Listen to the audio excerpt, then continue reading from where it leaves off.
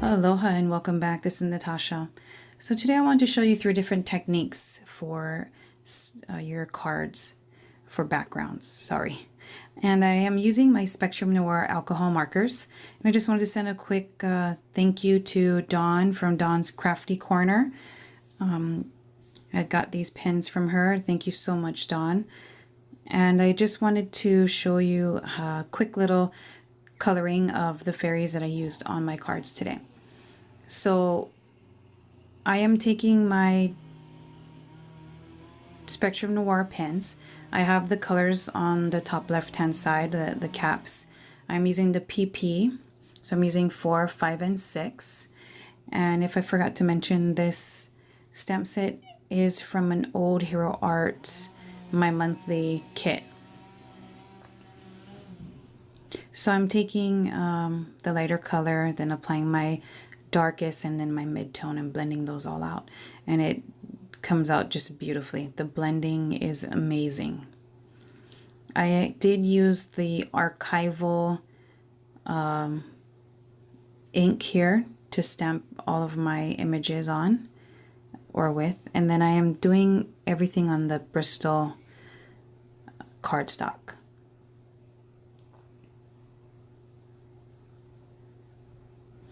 Okay, and then I use this IB1 just for all of the fairies for their wings.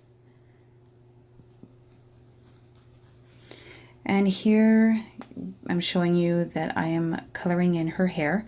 So I'm using the GY. It's GY 2, 3, and 4. And I do want to mention that, you know, I'm so excited about these pens.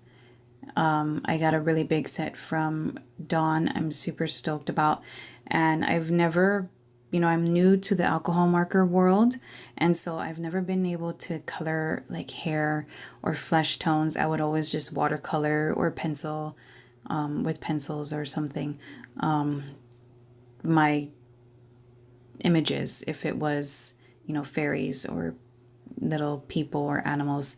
And so I'm so excited to have all these colors because I was able to do some blending on all the fairies' hairs and the skin tones and etc, etc. But these 3 colors I did use on all of the fairies that I colored today. Sometimes I just concentrated more on the darker, like the G4, and some fairies I concentrated more on like the G2, so it was a lighter tone of, you know, a blondish color or a darker, you know, blonde to brown color. And I just wanted to say Dawn had also sent me her color chart, and I'm so appreciative because this thing has helped me through this whole process of coloring the fairies. So on this here, this little fairy, I did do the GB. I did the 4, 5, and 6, and I thought, you know, she kind of looked like a fall fairy because she has that acorn as a little hat on her head. So I kind of wanted to do a little more like fall tones. So this GB worked perfect. And just blending those all out. And you can see on the other fairy there, I finished out her skin tone, and the skin, the pens that I used in the skin tone was FS 2, 4, and 5. And then I used a little PP1 for her cheeks. And I'm going to be coloring in her acorn hat there. And then the same way that I colored in the other fairy, I'm going to be using the IB1 on her wings and the FS 2, 4, and 5 on her skin tone, and the same GY colors for her hair. Okay, and I'm not going to show you the rest of the fairies. It's going to take forever, and this video is already pretty long. So I'm moving on to the backgrounds. And so here I'm using some distress inks. I'm taking antique linen and just blending that onto some Bristol cardstock here as well. And these are new blending pads, so I had to work at it a little bit to get the ink to go into the pad so I could get a really good blend. Moving on to Victorian Velvet, and I'm going to be blending that right onto the paper above the antique linen. And just going back and forth, you know, and then blending between the two colors. And then I'm going to take the antique linen and go over the Victorian velvet so that I can have a really nice blend of the two colors.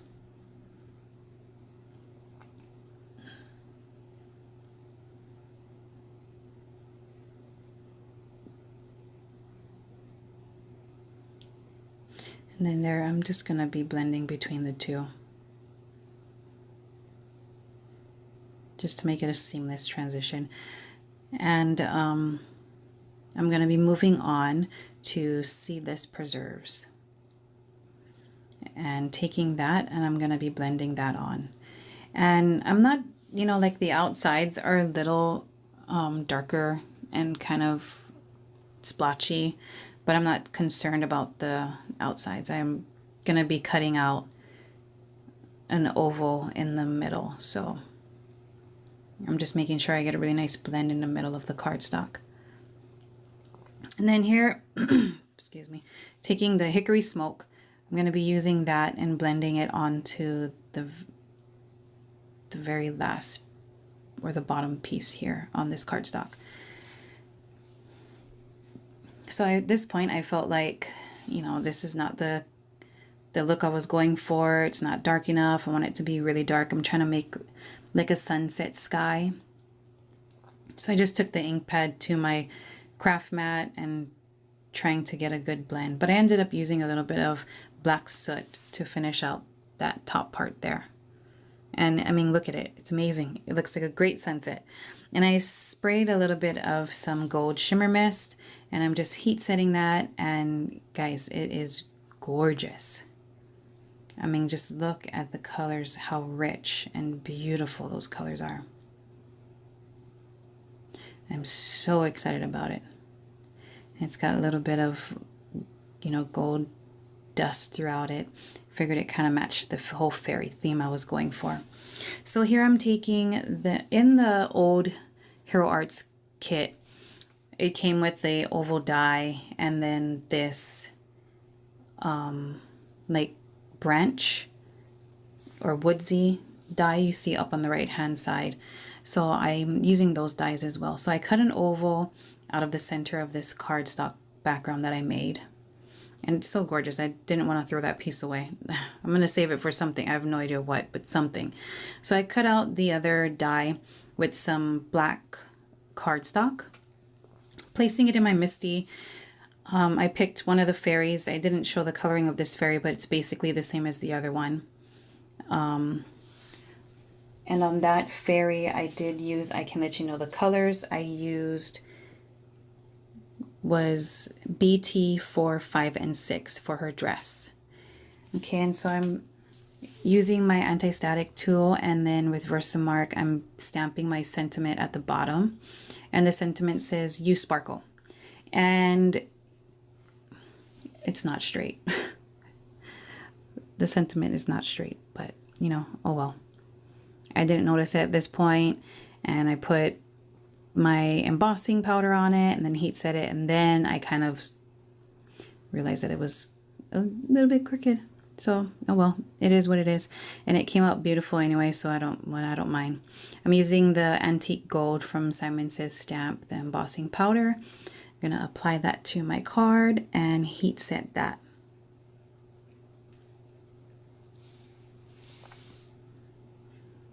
And it is gorgeous.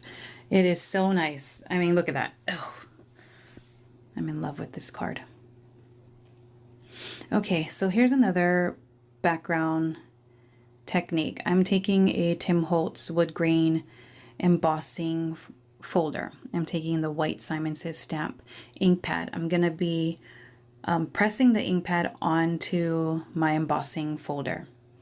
And this is a really old technique. I was doing it back in the day when I had my Cricut and my Cuttlebug host set up before I got my Big Shot and all of these fancy little new gadgets. But it's such a fun and easy technique, and you know, I just couldn't help myself to go back to it today.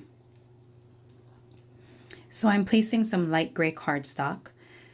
I'm going to be closing the embossing folder. Sorry, I bumped the camera with my head. And then running that through my big shot.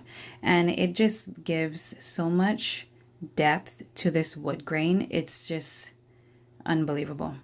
So I do just quickly wipe it down with my chamois. Make sure it's clean. And then using some score tape, I'm going to be attaching it to my wood grain panel and then attaching that to my card front. And then using score tape, I'm going to be attaching my little oval with my fairy onto the wood grain panel.